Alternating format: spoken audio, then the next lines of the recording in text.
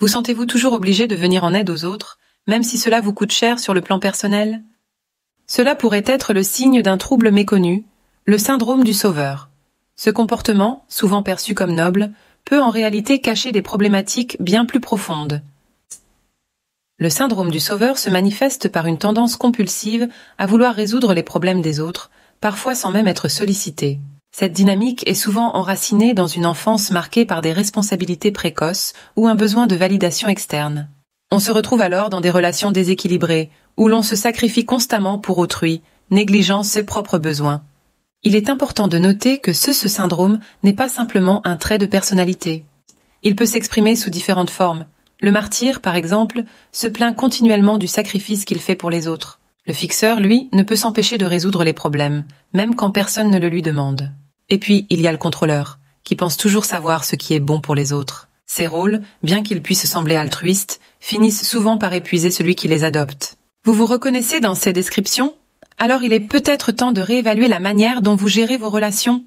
La première étape pour se libérer de ce syndrome est de prendre conscience de la problématique. Il est crucial d'apprendre à dire non, à respecter ses propres limites et à ne pas se sentir coupable de ne pas pouvoir toujours aider. Travailler sur son estime de soi est également essentiel. Votre valeur ne doit pas dépendre uniquement de votre capacité à aider les autres. Si ce sujet vous intéresse, pensez à vous abonner à notre chaîne, à nous suivre et à donner un like pour que ce contenu puisse atteindre plus de personnes qui en ont besoin.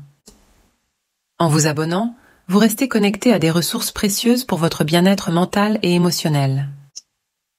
Les relations amoureuses peuvent être particulièrement impactées par le syndrome du sauveur.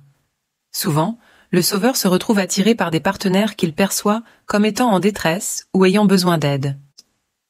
Cette dynamique crée un déséquilibre où l'un devient dépendant de l'autre.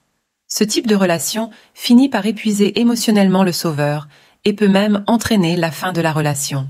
Pour sortir de ce cycle, il est essentiel d'apprendre à lâcher prise et à permettre à l'autre de résoudre ce propre problème.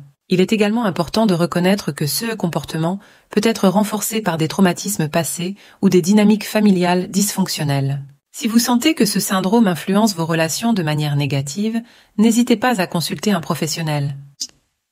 Une thérapie peut vous aider à identifier et à modifier les schémas de pensée qui sous-tendent ce comportement. N'oubliez pas de vous abonner à notre chaîne, à nous suivre et à liker cette vidéo. Cela aide grandement à faire connaître notre travail et à toucher plus de personnes en besoin de soutien.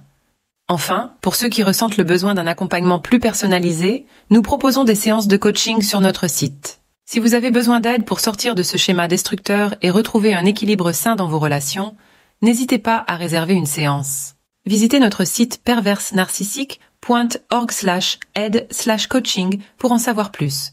Prenez soin de vous et rappelez-vous, vous méritez des relations équilibrées où l'entraide est mutuelle, pas unilatérale.